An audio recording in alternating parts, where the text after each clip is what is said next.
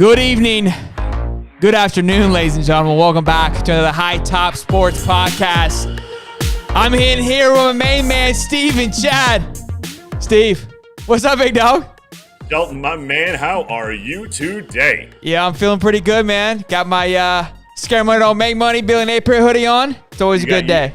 Yeah, look, you look good. You're making money, scared money. You weren't scared when you bought it. That's how we know that you're ready to go. Look, it was never a doubt.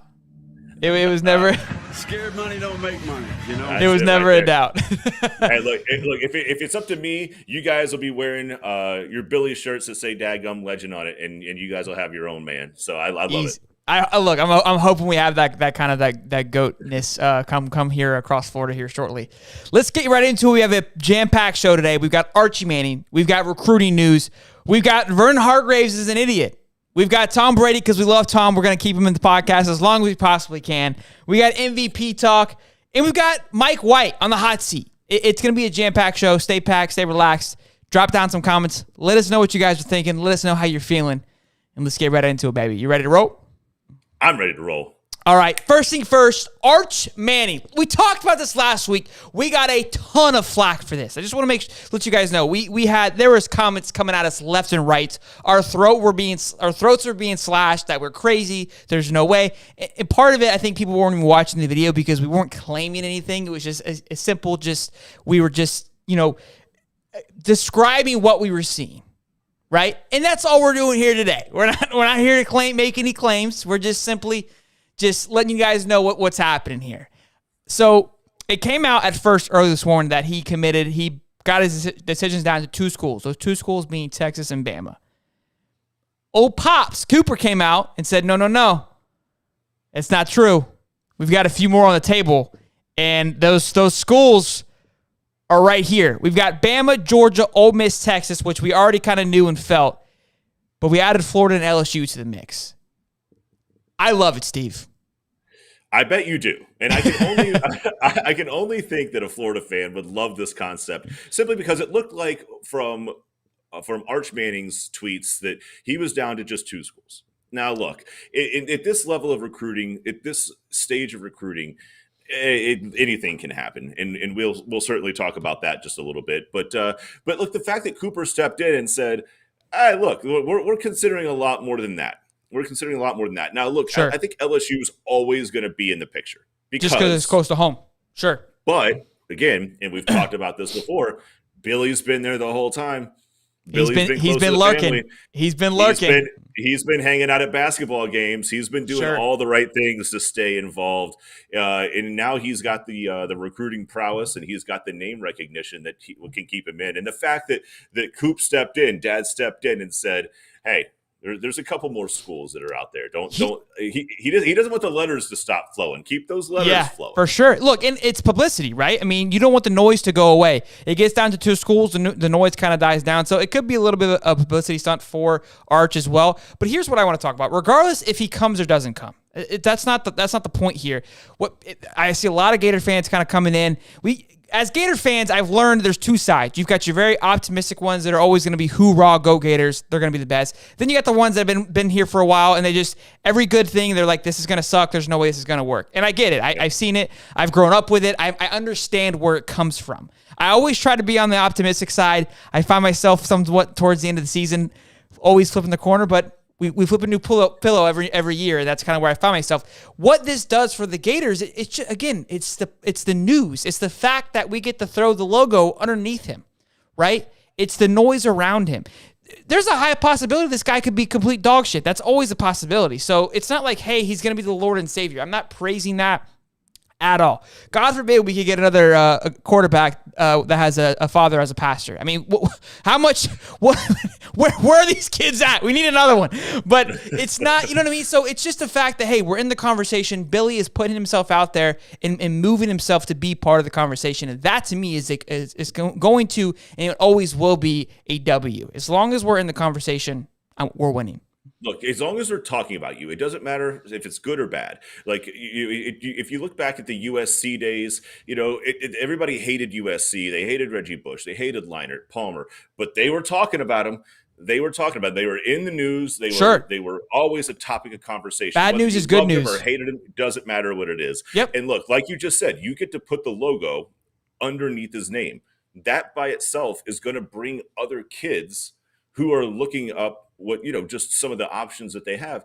It matters for the sake of keeping Florida in the argument of the number one recruit. I want to say the highest rated recruit in quite some time. Yeah. Well, from an overall rating. Oh, overall, I got you. The spark and all the other things that go along with that. But look, just having your name in the talk is certainly significant. So, let it go. Let Arch let it do ride. His thing. Let us get excited for it. The crazy part to me is that the guy who's the number one rated recruit is coming from the one brother that didn't play football for any significant length of time. It's not coming from Peyton. He's not coming from Eli. He has no rings. He's like, I want to say he's like the president of like a fuel and oil company or something like that, which bravo to him. He's doing better than I am with this stupid podcast that I'm trying to do. But it's just the fact that it comes from the one that didn't play football. Yeah, for sure. So that's what I'm saying. The kid could be complete trash. Before we move on, we have a few comments here. Brandon, I'm just going to go with Brandon because I can't see that last name there. There are a few certain things in life: death, taxes, and Gator fans' pessimism. Yeah, absolutely. And that's every that's fan. everyone. There's that's every the fan. Optimistic, the pessimistic, and it's the ones in the middle that try to bring the two together. The two together. Like, no. You bring it down a notch. No, bring it up a notch. But that's everything. But yes, look, Gator fans definitely have that dynamic, and you see it come from year to year. I find myself wanting to get hot about it when I see it. Like, look, guys, it's a conversation. I'm not who we're trying to we're going to save the world. Zachary Whitfield, look, this is a question we've been getting a lot lately, so I want to bring this to the table here. Good evening, guys. Why is the FSU guys talking about Florida sports? This is a great question. This comes up a lot. We're going to break this up into 3 parts. First of all, he's the only guy that's available on Wednesday nights. Second, no life. It's so we have the dynamic here, right? I'm obviously going to be the homer. I'm always going to have the optimistic side. He's going to bring more of a bias to the situation. So it creates a healthy conversation, right? He's going to have his own views on it. And it's fun to, we take advantage and we attack him, we pick on him. So don't be afraid to talk shit to him. He's here for it. So it's a punching bag for us. It allows us to release ourselves, right? And to do that as well. And again, he brings a non-biased opinion. It's a healthy dialogue. Exactly. It is biased.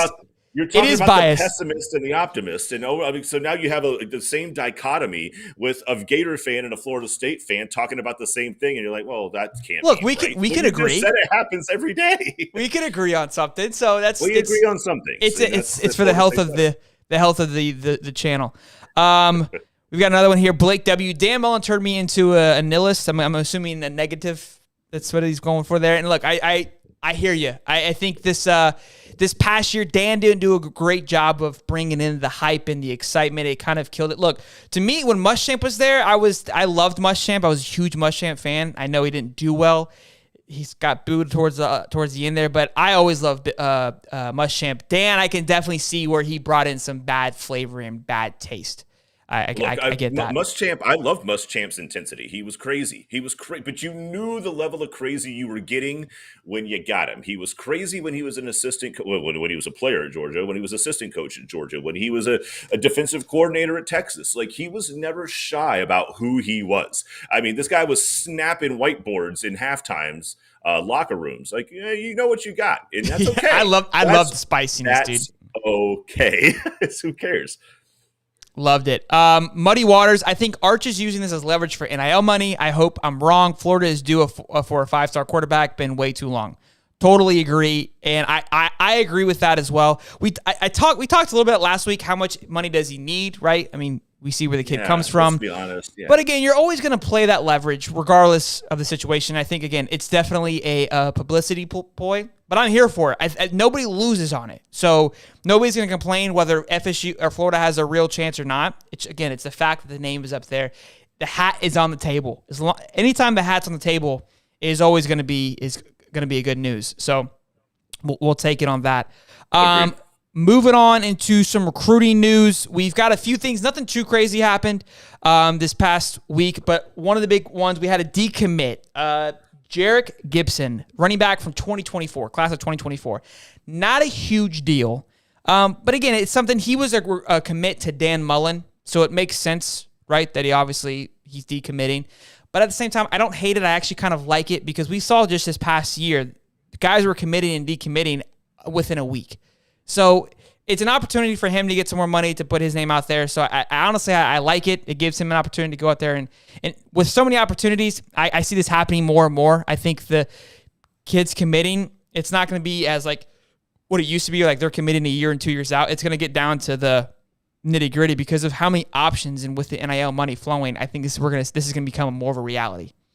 Yep. And look, the other part of this, and this is something that you don't see a whole lot. You don't see schools coming out and saying, we're no longer interested in recruiting X kid. It's always the kid comes out and says, I'm not interested in the school. That's not how this works. The school expresses that they're not as interested as the previous coaching regime. And they tell the kid that he needs to start exploring different options.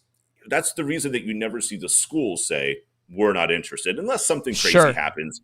But they give the kid the opportunity to say he is not interested and he's moving on and so on and so forth. To kind of have his call on. I get that. Yes. That makes sense. Yeah. And because everything else, and it just looks like the school's picking on a kid. You have this big institution, this big school, that's like, yeah, we don't want him. Yeah. That makes sense. We've got defensive lineman Jamal Jarrett. So he had an offer from Dan. We extended it. So kind of what you were saying there, we re-extended that offer to him. He's had a few offers from Georgia, Bama, and Michigan. They've all wanted him to play O-line. We've came out and he even said he appreciates Florida saying, hey, we want to keep you in the center of the defensive line. We think that's your role. 4-star guys massive, like 300 pounds, 6'5", absolute tank. So I think that's a good play for us. Hey, he said, the kid came out and said, look, I'll play wherever they want me to play, but obviously he wants to play defense, and I think it's great that we extended that offer. That's for 2023 season. So again, just some cool news there. Two last things on recruiting, kind of that category. The Gators, it's rumored that we're going to be pulling Benedict Hippolyte. Again, horrible with the names. A coach from Miami. Now, two reasons why this is good. He's going to replace our running back coach who just went to FIU, so he's going to be the running back coach. But he also has huge ties to high schools down in South Florida. Anybody who knows anything about college football knows studs come out of South Florida. So It's just one more move, and the money that Billy Napier has been spending in recruiting is insane. And this was something that he asked before he came over, before he accepted the job. I was like, hey, this is what I want to do. Here's my game plan here. I plan to spend money. So he has been, and he has not. Scared money don't make money. let me get it real quick. I figured the button was hit the button. So I like that play. Again, it's just these small moves, hiring moves that he's been making that are just adding up. Yeah, look, anything down past, like, I don't know, like Okeechobee, anything south down that way, they call it Muck City. Look, that's a whole different recruiting ground. Like those teams play each other, the Booker T. Washingtons and all the other schools down there. Yeah. I mean, they're just powerhouses of schools. Dalvin came from down there. I mean, we could just name kids who just have farmed out of that area of the country. So you've basically got like your three quadrants. You've got your North Florida where you share South Georgia. You've got your Central Florida from Tampa, Orlando, all the way across, and then you start to get into South Florida, and your recruiting style has to change. It is different down there. Those guys just create talent because they have so much talent coming into the school that they get to pick and choose what they think is going to be moldable. And the other thing that goes along with that is their youth leagues before you even get into high school. Like they're like here we have like your baseball leagues and things like that. But they down there, those things are highly developed. So these kids that go into high school, it's starting to spread too. Yes, more and more. Yeah. And the last part too is phase 2 started, and again, this is about finding the identity. I love this entire phase thing. So this is it's really eye opening to just me and just life in general. And this is kind of what his goal is, right? Like, hey, it's not just on the football field. I want this to expand. And again, I think it's really impactful for college kids to set the tone here. This is where he's going to differentiate himself from other schools, to be honest with you, because with money and all this and playing for a fun school and it being exciting, all that kind of gets lost in the emotion. What's going to really separate it is the structure. I think that's where Saban, we've talked about this. This is where Saban does a good job. Is they come in, it's like, this thing is organized, it's structured. It's like we're going to win because we see it. We see it every day. We feel it. So this is kind of giving me those vibes, and I love it. We've talked about it that a dream without or a vision without action is just a dream, right? And so this is where we've talked about. This is where the action's coming into play. So this next phase is going to be about embracing the suck, right? Which I love, and he's been handing out awards, which I like too, for Nutrition Athlete of the Week as well as Scholar Athlete of the Week. And again, these are new things that he's bringing on to show appreciation. Like, hey, this guy's committed to being not only great on the football field, but off the football field. This guy's great to being an athlete and also taking care of his body. So he's motivating these kids like, hey, I'm rewarding you for going over and beyond doing that. It's the attention to detail that goes into how a program is run successfully. And correct. I remember it when Bobby Bowden was there. I mean, look, if you didn't put your cleats in the locker the right way, you were running stadiums. If you didn't do certain things, the little nuances the right way, it adds up. It means that you're not disciplined, and little by little, you get these kids. They're kids to do the things the right way, day after day after day. Go to class, don't miss class. Make sure you do these little things. Don't be late for practice. Don't be late for film study. Make sure that like wherever your assignments. But it's just these little things that you constantly have to make these kids do.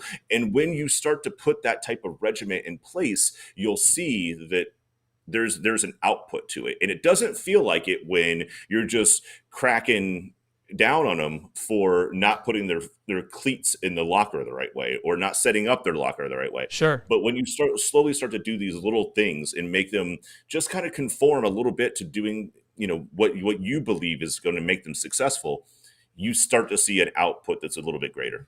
Absolutely. Let's take a quick second break here. We got a lot of comments. So what we do, guys, for that are new, we go over some topics and then we stop and we'll go address your comments. We're not ignoring you guys. Real quick, Damian Dickerson. This is a great question. Who is your dark horse quarterback on the team? This is great. We had a topic last week. Another one we got absolutely roasted on because we just simply reported the news here. Okay, that AR-15 is going to be. He's moved into the top 5 as favorite to win the Heisman. Now, I like this question. We're basically looking at Emory Jones here at the top 3 guys. Emory, Miller, and Richardson. Those are the 3. I've been looking and reading that Emory might have an opportunity. I'm not excited about that. To me, personally, my dark horse that makes a play is going to be Miller. I like him. I've seen some good things about him. I've read, again, all this is just he say, she said, because we've only seen a little bit from, except Emory, we've seen a lot, and I'm not sold on him. AR-15, it was flashes. It's easy for somebody like that to come in and kind of have those flashes, right? Because they don't know what to expect. So it's exciting. It's fun. I loved watching him play. I think the kid's great, and I think he could. But if I'm picking a dark horse, it's going to be Miller. See, I'm going to go the other way around because I think everybody thought that Emory was written off. I mean, he had the job, he lost the job. He didn't play well when he had the opportunities. You've got a transfer quarterback, and you've got one of the most athletic quarterbacks that I think has ever stepped foot in Gainesville, including the savior. Don't disrespect Tebow like that. Don't do Tebow like that. I said, you hear me. But that being said, you're coming into a new coaching regime. You've got a new offensive coordinator. You've got a new plan. You've got a new everything. Across the board, you have everything new, which means Anthony Richardson starts over from 0, minus what he did last year, but that was a different offensive coordinator. Sure. You've got a new quarterback coming in, which he is starting at 0. He's never seen any of what Billy Napier wants to do. And then you've got Emory. Even though he's been on campus for a while, he's still at 0.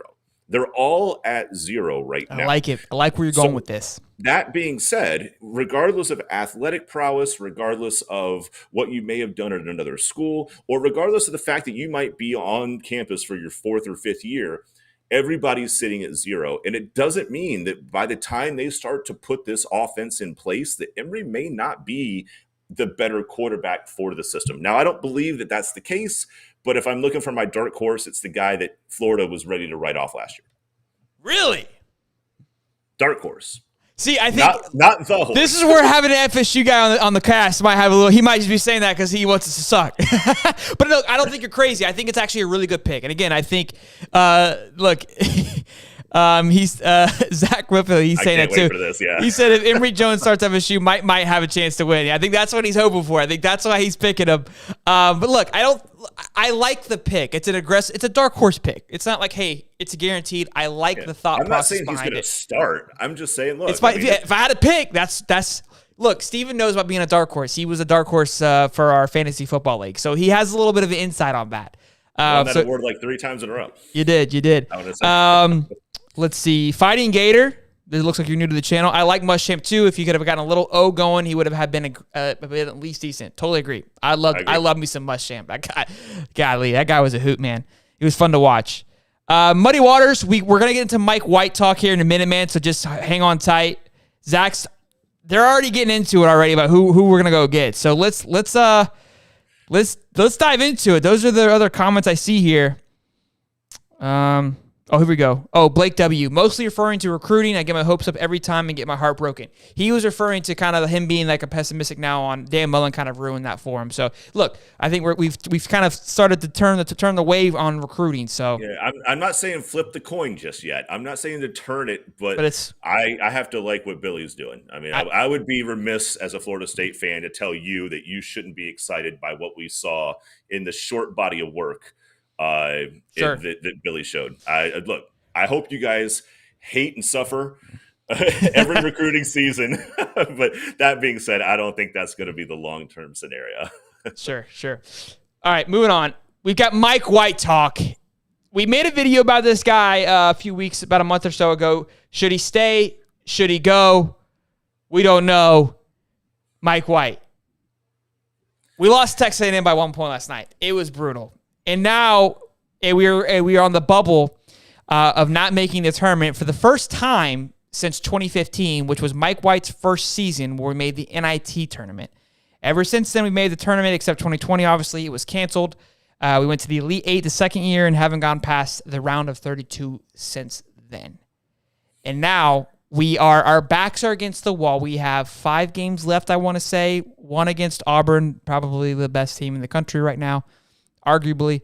Another one against Kentucky. Kentucky's always a beast. Now, we play Kentucky well at Kentucky. They're coming to the Swamp, Billy Donovan's court. So there is a play there that they could get that W. And then we got like Georgia, I think, and Vandy.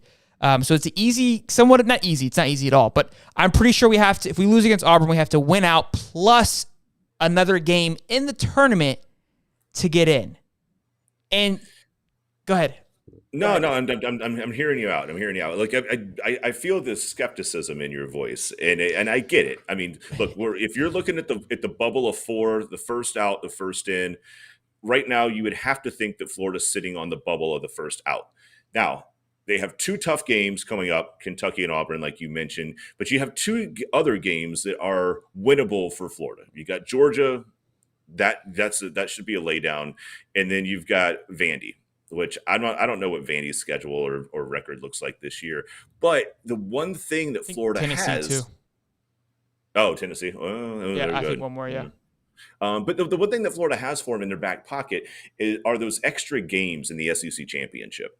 And if you can have just a decent showing in the championship, especially for the SEC, because it does get a lot of publicity just from the name recognition, I think if you can win a couple games there and look like you're playing well, that could be what puts you over the top. Now, right now, it looks like you might be on the outside looking in. But that being said, I don't think that it's a foregone conclusion that you're not going to see the tournament.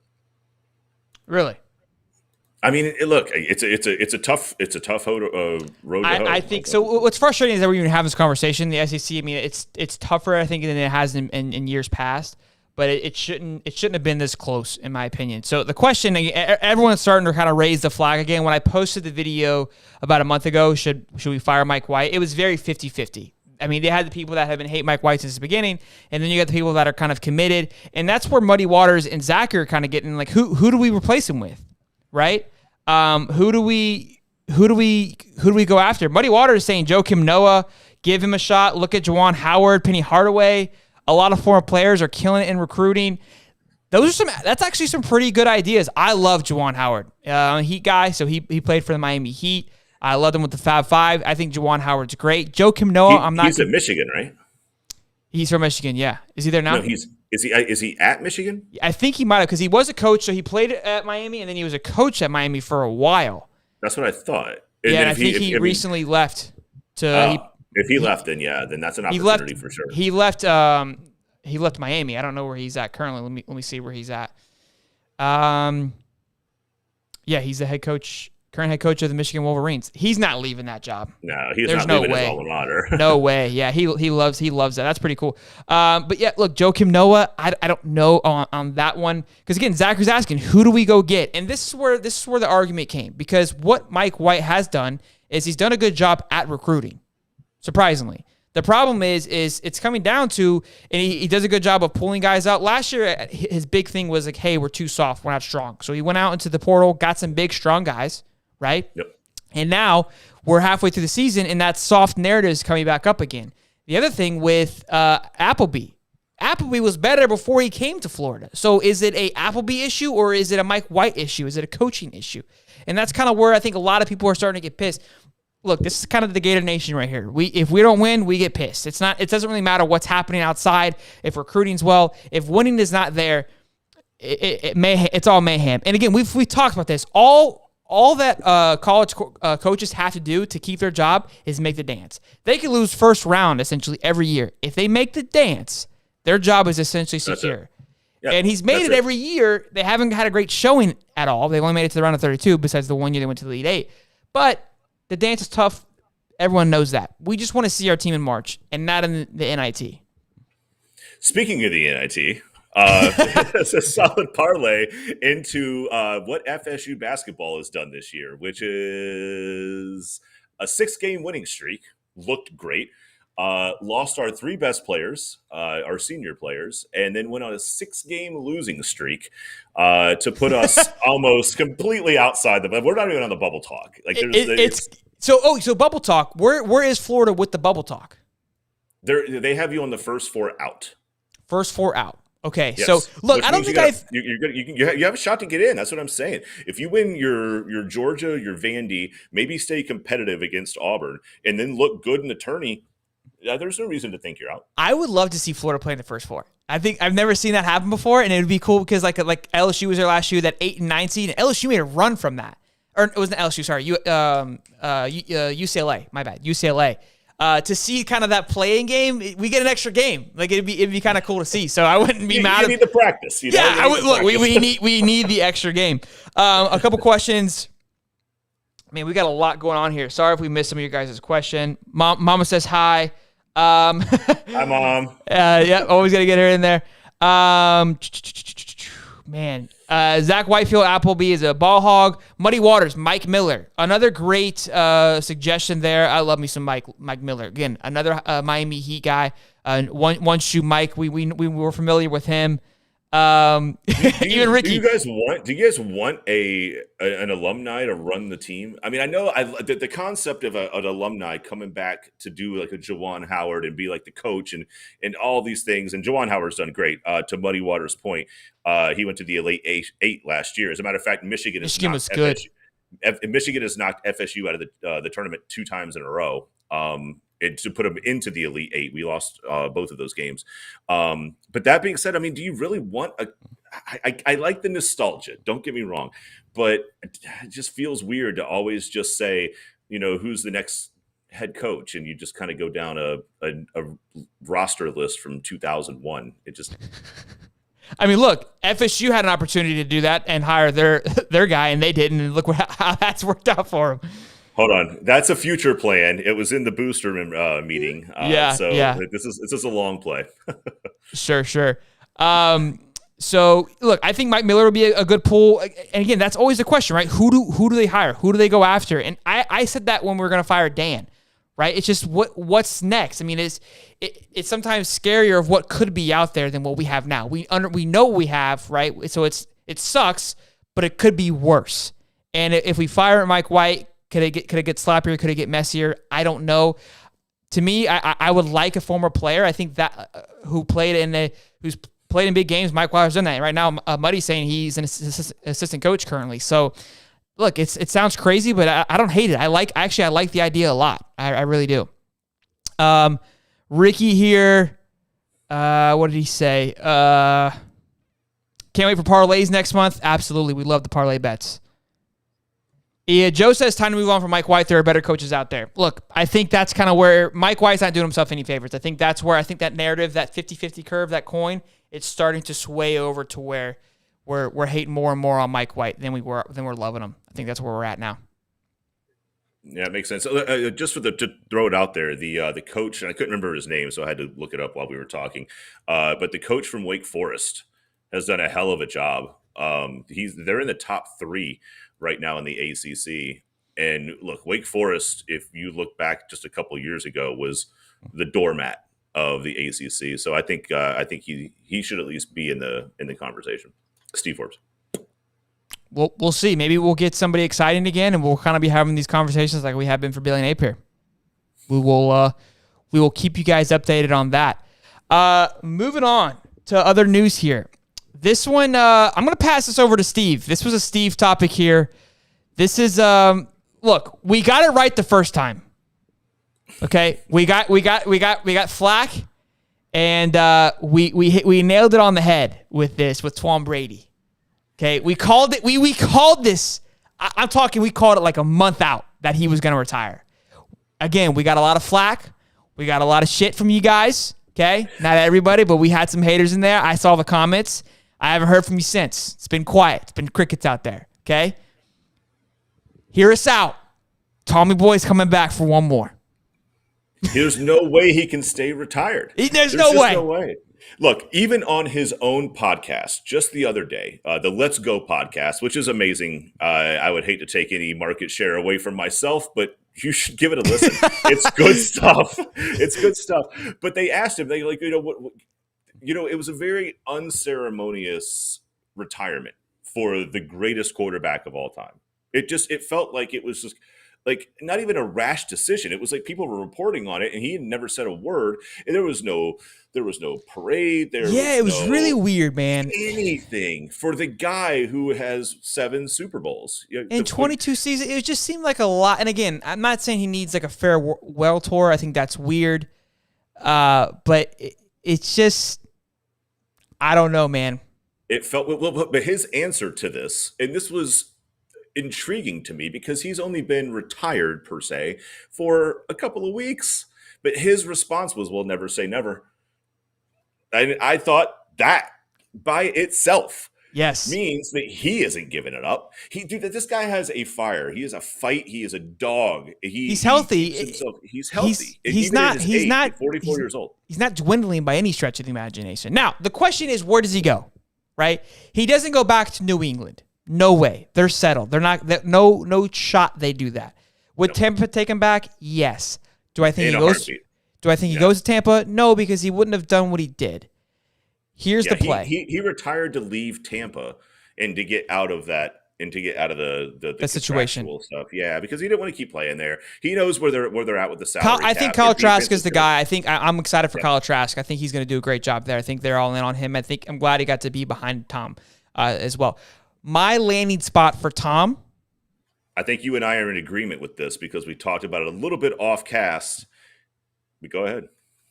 You can do it. Ladies and gentlemen, the GOAT of all time will unretire and join the San Francisco 49ers. Yes, and look, he's going to go back and take Jimmy's job because he's pissed at Jimmy.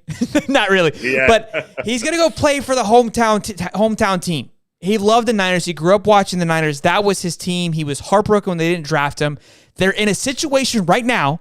Look, Trey Lance is not the guy right now. I know everybody thinks that he is, but if he goes, hey guys, I want to play for you for 1 year, they're like, oh, let's come on. Trey gets to sit behind now Jimmy and Tom, right? That team is built right now to win a championship. Yeah, we saw it. We saw it away from being in the Super Bowl themselves. Absolutely, we saw it. Right? And he did too. He did. Did Tom. They've got a young running back in Elijah Mitchell, right? A great tight end, Deebo Samuel. They've got Kittle. And the defense is a freak of nature. with Bosa on the ball, Nick Bosa on the other side of the ball. The team is good. The team is really, really good. And it's not what he did when he left to go to Tampa. Yes. Think about the defense that they had, right? He's going to another carbon copy. Absolutely. Absolutely. What I foresee is him taking some time off. But Tom taking time off is not like you or I taking time off where like we turn off our cell phones and, we're just doing Jaeger bombs until our eyes pop out of our head. Like his version of taking time off is he's just going to hang out with his family and like look like a sissy going down a water slide. That's his version of things. So I don't doubt that this guy can keep himself in shape, keep himself in check, and be ready to play football if he shows up at camp in June or July. The guy knows what he's doing. He's not going to go into spring camp anyway. They're not going to put him through spring camp. He's going to show up in camp. He's going to run a couple of drills. They're going to say, okay, you're still the greatest of all time. Here's the team that we're giving you. Thanks for the ring. This is how that's going to go. That's how it's going to go. Zachary Whitfield says he won't come back. Look, and we're not saying you're not wrong or crazy, but it looks... It's never out of the question. Muddy Water says QB hunting will be fun this offseason. Totally agree. We've had some conversation about this already. Wentz, Wilson for sure. Brady back in the conversation. Rodgers for sure. Tennessee Titans has been a topic of discussion for Rodgers. Apparently building a little home there. Deshaun Watson, the guy shouldn't be in the league, but yes, there's a possibility. Kyler Murray, another crazy one, deleted the Cardinals off of social media. Everything. Yeah, they're gone. And that doesn't look like a situation where, unless something with the negotiations change, that they're looking to bring him back, which is crazy to me because Kingsbury recruited Kyler Murray to Texas Tech. To Texas Tech. Yes. Yeah, and then he went to Oklahoma. But he when he had the chance to finally play or coach with Kyler Murray, he was super excited. And now it's almost like I left for a reason. Yeah, that divorce is inevitable.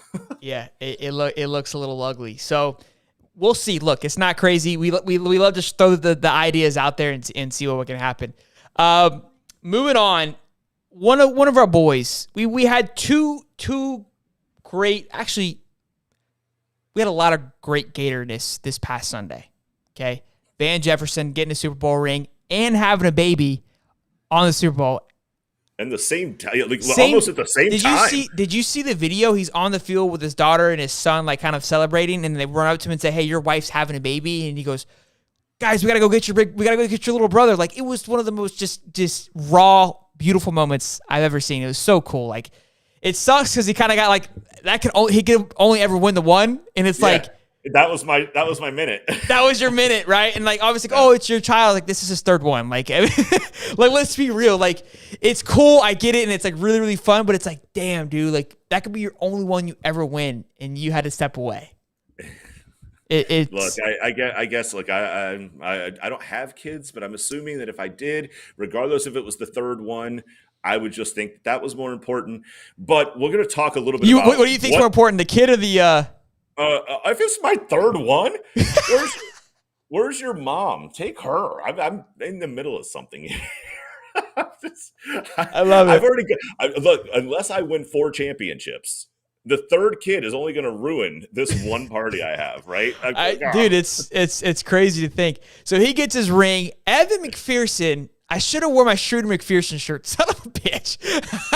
I'll wear it next time. He tied Adam Vinatieri's record. This absolutely broke my heart. He won me some money. I put a bet on him to make a field goal in the first quarter, which he did. We also made a bet that a kicker would win MVP. That was definitely a possibility if things would have played out. It wasn't too far off. He was kicking some field goals. If the game would have played out, they go down, they kick a tying field goal. He's at 3 field goals at that point. It's in the conversation. Regardless, he tied Adam Vinatieri's record his rookie year after he called it. I love that. But that's not what we're here for. We used to call it the LDE, the Little Dick Energy. This was the LDE moment of the week right here. Who used to be, he was one of my favorite Gators. Okay, I got a few of my favorites, like the Percys, the Matt Elams, right? They're kind of like the low-key guys that I enjoyed watching. Vernon Hargraves was one of my favorites. Loved this kid. Loved watching this kid play. Loved when he went to Tampa. He was close to home, right? And then he had some issues in Tampa. Didn't play, got some injuries, then went to Houston.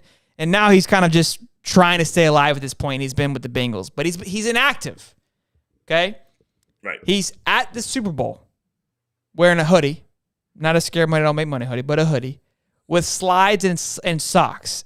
The Bengals defense get an interception, and Vernon decides to charge the field and celebrate with his boys to get a unsportsmanlike conduct penalty. What are we doing, bro? I feel like that whole situation was Marco Wilson just reincarnated. Like, what are you thinking in this scenario? And for anybody who doesn't, and I'm sure you guys do, but Marco Wilson decided to pick up a shoe and chuck it during an LSU game, and it just went all sideways from there. But my gosh, kid, you're not even playing in the game. You have no shot of playing in the game. You know you're not playing in the game. You're basically like getting a spectator pass at this point. You just happen to be able to walk on the sideline as opposed to sitting in the seats that they gave you. Basically, yeah. What are you doing? I mean, this is worse than the damn mascot running out there. The mascot running out there. Absolutely. Absolutely. Way worse. So Muddy Waters has a great question. What's more embarrassing, Vernon storming the field, Wilson throwing the shoe in the LSU game, or two Florida players blocking each other against Georgia Southern? Here's my take. This is an easy one, honestly. The Wilson throwing the shoe, it sucked. It was frustrating, embarrassing, yes, because of what happened.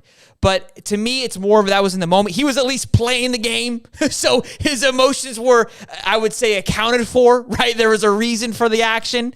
He was at least part of it. It was kind of like, it was so quick, right? I mean, you're just in the heat, like, let's go, baby. I'm okay with that one. That's a no bueno to me. Georgia Southern, the same. That's embarrassing. But again, you're in the game. A lot's going on. Things are moving fast. This kid was sitting on the sideline with slides. You know better. There is no one else. That doesn't happen. There's nobody else out there. You had to run through people. You had a good probably 10 to 15 seconds to realize this probably isn't a good idea. This is a bad idea. This is a bad idea. But yet the bad idea meter never went off. Never clicked. Never clicked. Therefore, giving that trophy to old Vernon. Yes. And look, I'll agree with you. Look, Marco Wilson, had the game not ended the way it did, nobody would ever care that this kid threw a shoe.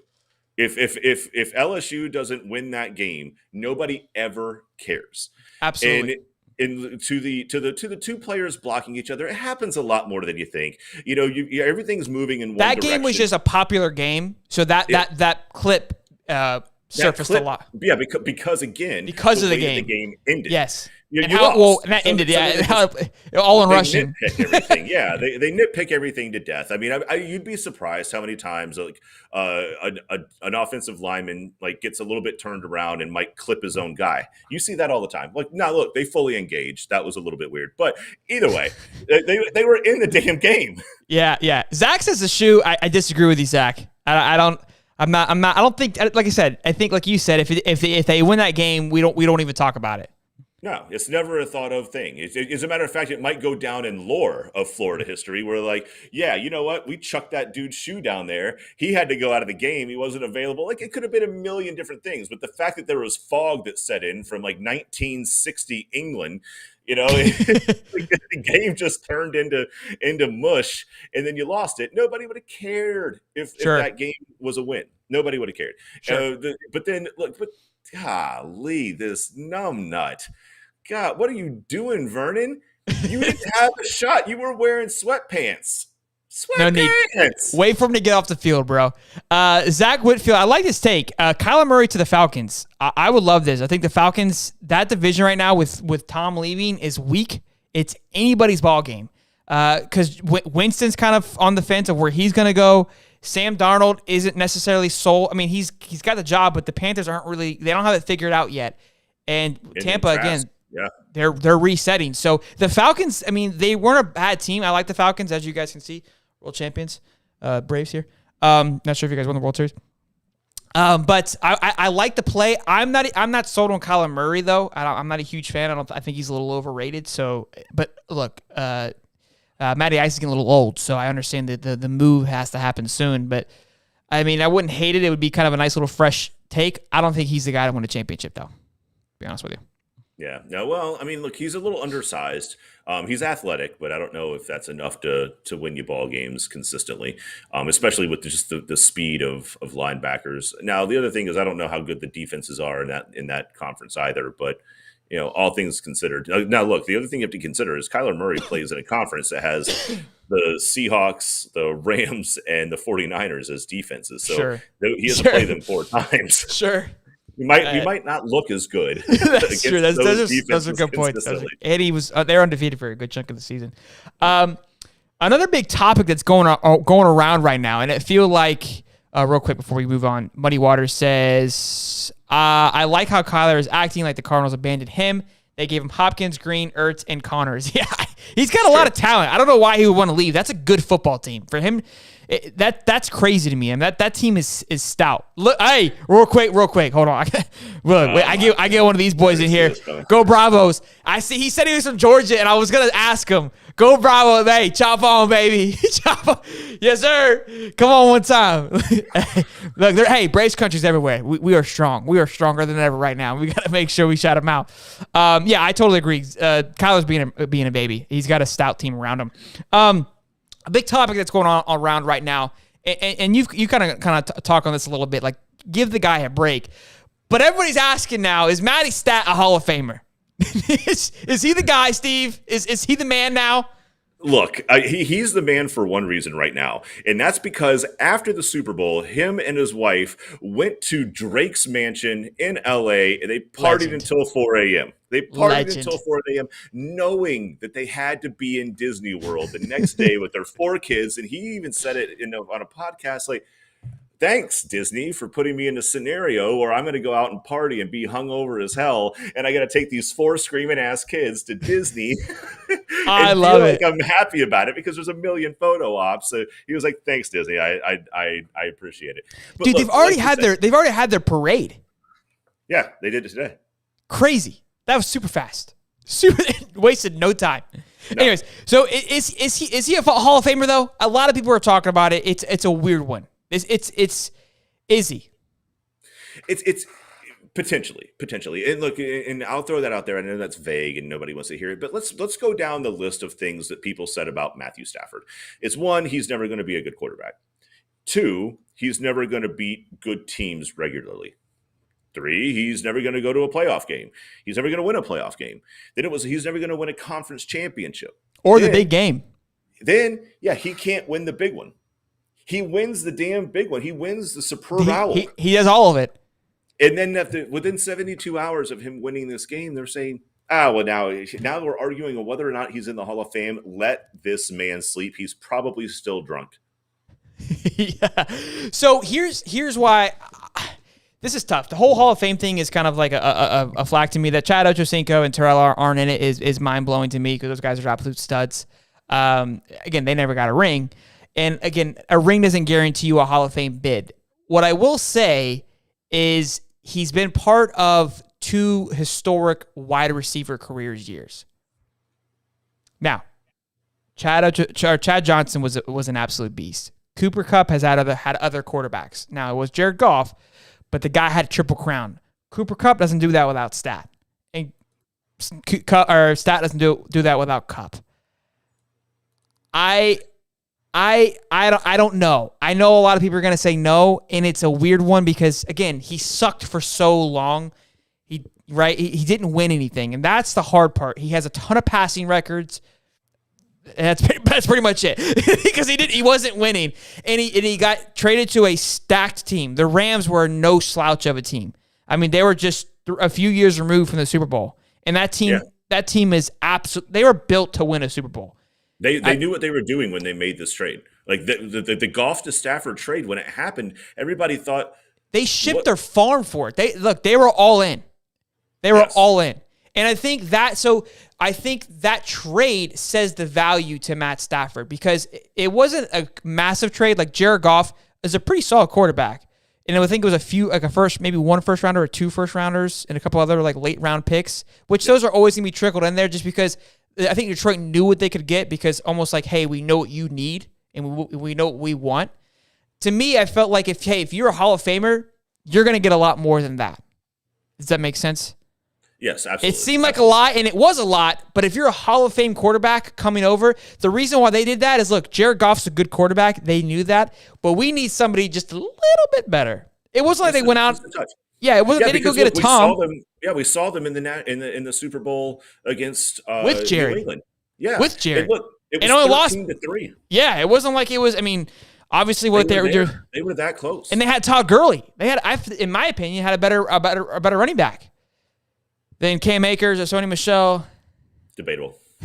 I mean, look, at the time, Todd was the man. At that run, Todd was having years. Like, it was weird he only lasted for so long. Well, let's look at these. Ricky saying, okay, we got a lot of people. No, Stafford has 1 Pro Bowl appearance and no All-Pro teams. Eli has a better chance than Stafford, and that was a lot, too. He hasn't made any Pro Bowls. And, again, even if you're not winning, if you're having record-type seasons, you should be getting a Pro Bowl, all teams. He doesn't have any of those. And, again, that speaks volumes. And, again, I think people are saying it because we like him. He's a likable guy, and I think that's where the conversation is happening, right? That's why we're asking this question, because it was really fun to see Matt Stafford win. Ricky's saying Hall of Fame. No, not yet. What are we thinking? 1 more Super Bowl? If he wins 1 more, I think it's a shoo-in. Zach says, hell no. Excuse my language. We invite it, Zachary. We invite that. And Muddy says, if he wins another one, then yes, because 7 or 8 QBs in NFL history only have two or more rings. So yeah, Muddy nailed it. Muddy nailed it. Now, look, the thing is he's got a team that's built for this. What happens with ODB and whether or not he can be productive, maybe at the beginning of the year, maybe by the middle of the year, what they do with that defense and whether they're able to keep a lot of that core talent there. I mean, again, you've got a lot of they have a lot of payroll on that field. They're not spending their cap.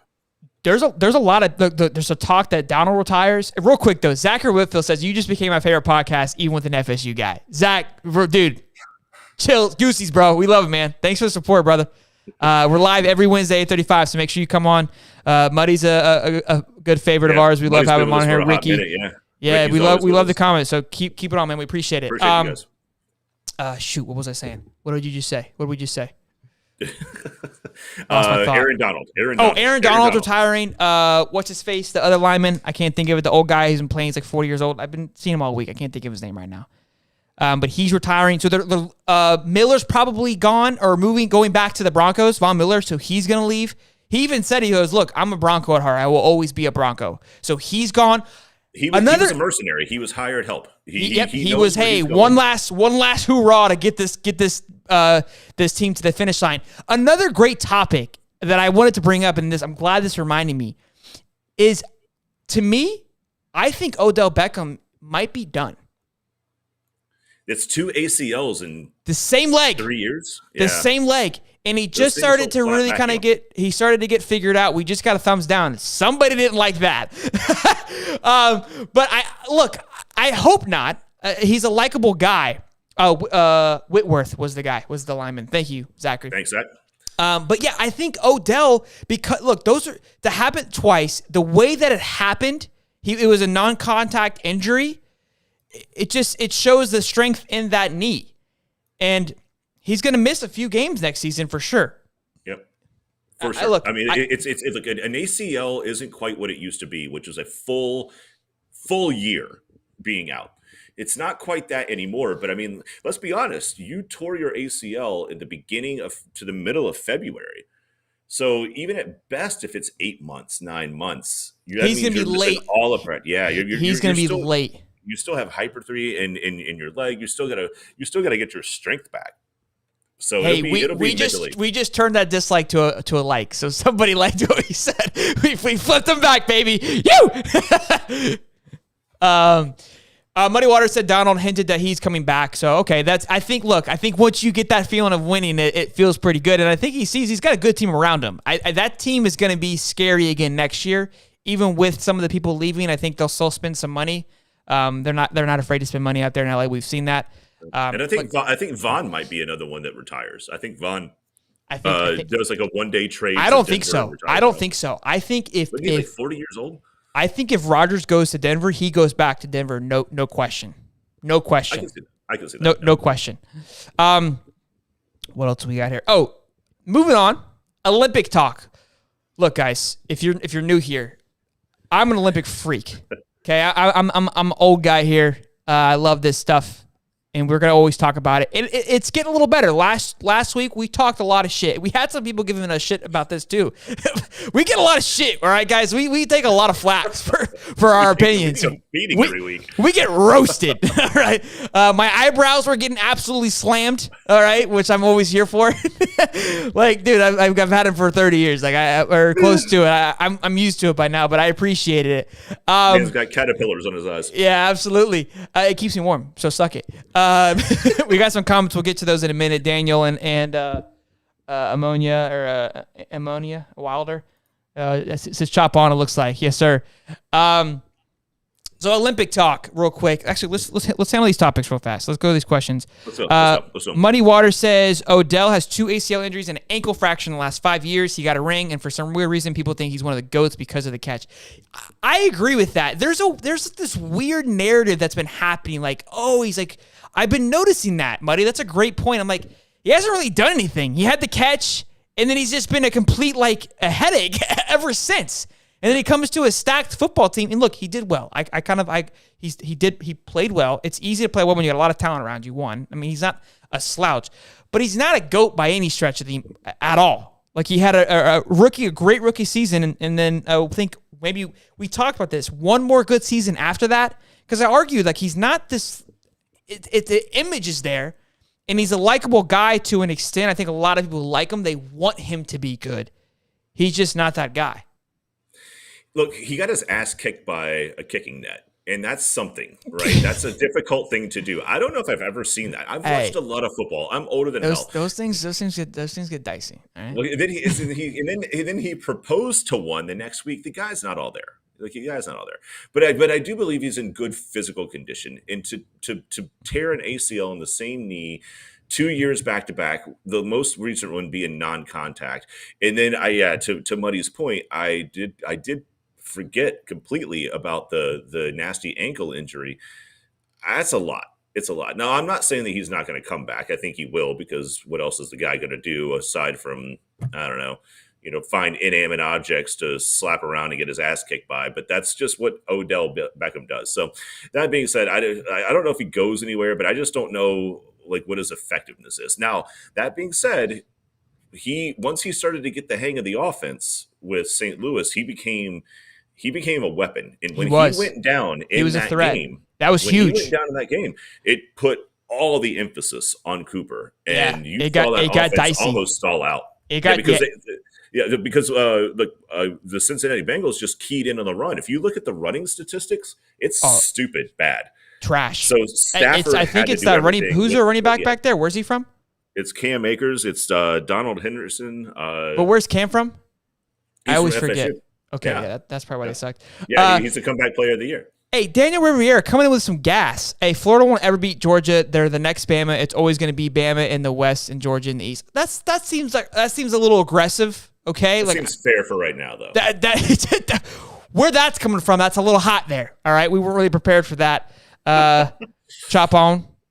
I don't know what that is. I don't know if that's chopping a dog's head off. He's got a Braves hat on, so he must be a Braves fan, which, come on, baby. I'm always here for that. Matthew, we lost Matthew Roby. Leaving because you're talking about the Olympics. What's up, man? Who doesn't like – it's crazy to me how people don't like the Olympics. I guess I take that risk when we bring it on. There's a lot of other philosophies behind it, and I can understand it. But look, we're not going to exactly celebrate America here. And we gave him a little pep talk last week, and they've done better. They've bounced back for sure. Muddy said he'd be more excited if they had. That's great. I saw that one. Hey, Zachary, this is a great point. I have a feeling Joe Burrow will be the next Tom Brady. No joke. And this is look. I've been on Joe Burrow train for about a minute now. Holly can attest to this. I got my Joey Burrow shirt on out there too, and that was why I was heavy on Joe winning this Super Bowl, because I was like, look, my boy Tommy retired on me. I'm depressed. I need somebody to take over this crown, and him winning this first one I felt was going to be that next step there. He's not out of the question yet. It's not far, but look, a lot of people are saying Herbert's better than Joey Burrow. To me, Joey Burrow is the next best quarterback. I think he's better than Mahomes. I really, really look. I'm gonna get shit for it. All right, I'm just gonna take it. I'm just gonna go ahead and just invite everyone. I'm welcoming you in. I'm taking it right now. I'm taking my stand. Joey Burrow, guy's the man. Guy's the truth. I 100%. I like Herbert. I do. I think he even though he came from an Oregon offense that was a little bit more untraditional and with that read option that they do out there, I still feel like Joey Burrow has played it he's a traditional quarterback in the drop back style. He's got an arm. He can read a defense a lot, but it's just he came from a more like just a structured offense that's more translatable to the NFL. Whereas Herbert, he's done well. Don't get me wrong. I just think the ceiling is higher for Joey B. Here's my prediction. If we're comparing it to old quarterbacks, right, to our past guys, Josh Allen's going to be like the Big Ben. He's going to get a few. He's going to be the guy there for a while, right? They're going to love him. He's going to be the savior of Buffalo. Okay, that's going to be Josh. Herbert's going to be Phillip Rivers. He's just replacing him. A good quarterback, going to do a good job, just never going to get it done. I just don't think he has what it takes to win. Straight up, that's my take. Joey B is going to be Tom, and Mahomes is going to be, to me, he's going to be the Peyton Manning to Tom. That's my take. He'll always just feel like a step behind. You feel? Yeah, I really do. I mean, he'll get a few. He'll probably get a few. I think just because he's a little bit. He got his first one when he was younger. But I don't think he's going to be as dominant as again. I'm just. This is my take here. This is my guess. So. Well, the one thing I will say, and this is something for anybody who's an NFL fan, the amount of young quarterbacks that have the talent that they do, this is going to be a fun maturation of the league over the next couple of years. You've got a Burrow, you've got Mahomes, you've got Kyler Murray, you've got, it feels like there's so much talent at the quarterback position, more so than there has been in the past, where you have these patches and these spots of a quarterback here, a quarterback there, a young quarterback here. It just feels like there's this saturation of talent at the quarterback position that we have not seen in a long time. I agree with that. That I'm stoked to watch mature. And they're all relatively the same age. They're all relatively within 1 to 3 years. Yeah, because Trevor Lawrence is going to be up and coming. I totally agree. There's a Tua. I don't think Tua's going to get it done, but just in Miami. But Kyle Trask is going to possibly put his name into the hat. Again, I'm not saying he's there, but there's a chance that he's there. But yeah, there's a lot of talent, which is really exciting. And it's all within the same core group of age. There's a small variance between which makes the Tom Brady his dynasty so great, because it's going to be tough because of now. Look, I think Tom had this ability where he kind of floated in between these guys' prime time, where all these guys are coming in and they're going to be in their prime at the same time. At the same time that we were watching like people like Peyton phase out, and these guys, like these older quarterbacks that have been there for a long time, and he kind of transcended that mark between the old school to the new school and still kept winning. And then now he's going to do things on his terms. Sure. Kerry Johnson said Odell has a narcissist problem, and he also mentioned later on that he's basically a diva. I totally agree. I don't know if it's a wide receiver thing. I don't know what it is. Look, to me, like Devontae Adams, DeAndre Hopkins, like this, their attitude, their mindset. I mean, they just go out there and play ball. That's what I love. Odell makes everything a show, and this glamorous thing. And it's like you're not even performing. Like Devontae, Odell, Devontae and DeAndre are they basically bury you, kid. Like, and they don't act anything like that. Man, we got a ton of comments here. Zach says he loves the X Games. X Games are always fun. Suzanne says AR-15. Eli Apple, for Muddy Waters, Eli Apple. Twitter wars about him, memes everywhere. He just got burned alive. Roasted, bro. Just toast up and down the field, bro. I mean, like, there was no punches holded against him, like, at all. Like, I'm watching some of this stuff. I'm like, they were throwing at him. They were throwing the ball at if wherever Eli went. They were like, "Oh, that's where the guy's going to be open." Yeah, he got embarrassed on and off the field. I feel a little bad for him, but yeah, he's getting absolutely roasted. C.J. Dorsey, Deshaun Watson to the Steelers would be scary. We haven't mentioned that, and that's a solid point. That isn't a crazy option. That's actually a really good thought that could happen, that he could go to the Steelers. Yeah, if he's allowed back in the league, and right now he doesn't. I don't even think he's allowed to I think they're move going to let it teams or pop. They're going anything. to let it. We'll I think they're we'll going to let see it how it slide. goes. Yeah, Yeah. I don't think it's crazy. A two would be a good fit there too. It's gonna be interesting to see what the Steelers do. I don't know if they go into. They got Mason Rudolph there right now. I don't know if that's gonna be their guy. I don't think so. Yeah. Yeah, I don't think they're gonna stick with that.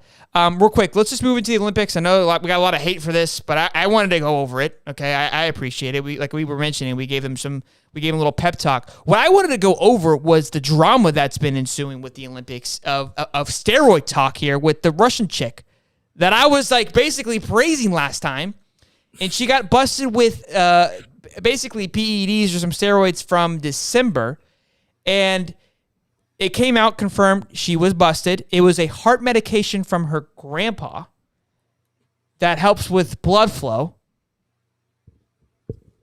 Weird. So here's my thing, real fast. At what point would you accidentally take I don't know. I don't know, Steve. It doesn't make sense. It's not supposed to make sense. I don't go to my grandparents' medicine cabinet and dig through it and just be like, oh. Steve, nobody asked you if it was supposed to make sense. Well, it doesn't. And there's a reason why it doesn't. Where the anger is coming from is they allowed her to compete last night, and people are in uproar. Our girl Shakara Richardson, who was banned because of doing pot, I get it. People are frustrated for it. I'm frustrated for it. Daniel Rivera, I agree. Olympics are trash. What? God, I don't know why we're getting so much hate. It hurts. It hurts my heart that the Olympics are getting shitted on like this. Because China, it's horrible. We're still America. All right, we'll take it down. We'll take it down. Nobody likes the Olympics anymore. I don't know what's going on. We were gonna talk about the hockey team too, but I guess we can't do that because people are pissed about that as well. I don't know what you guys want us to do.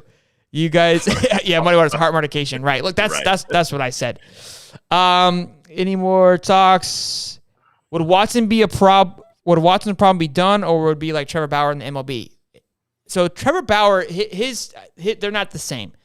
Watson was convicted guilty, I believe. Trevor Bauer was not. It has came out that he hasn't been convicted, and Trevor has been very vocal about it. And I'm a huge Trevor Bauer fan, so I follow him on YouTube. I watch a lot of his stuff, and when this came out, I was a little upset. Like, damn, like what?